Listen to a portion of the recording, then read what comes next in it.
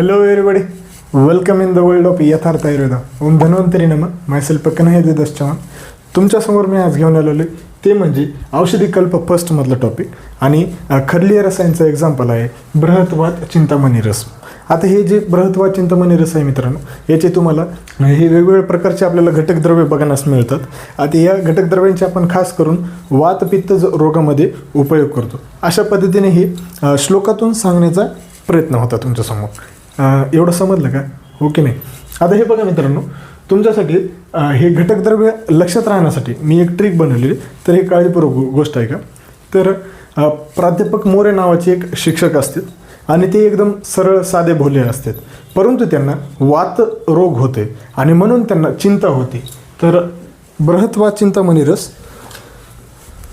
तर त्यांना वात रोग होते म्हणून त्यांना चिंता होते आणि म्हणून इथं ट्रिक मी अशी बनवलेली की सरळ प्राध्यापक मोरे.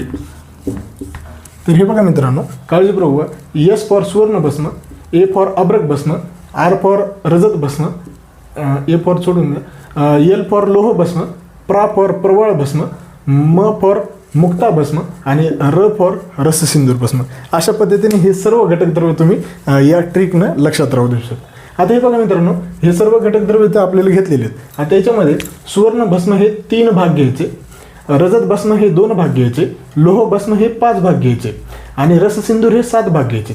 तर आता तुम्ही लक्षात ठेवू शकता, प्रवाळ भस्म आणि मुक्ता भस्म हे 3 भाग घ्यायचे आणि त्यासोबतच सुवर्ण भस्म पण 3 भाग घ्यायचे.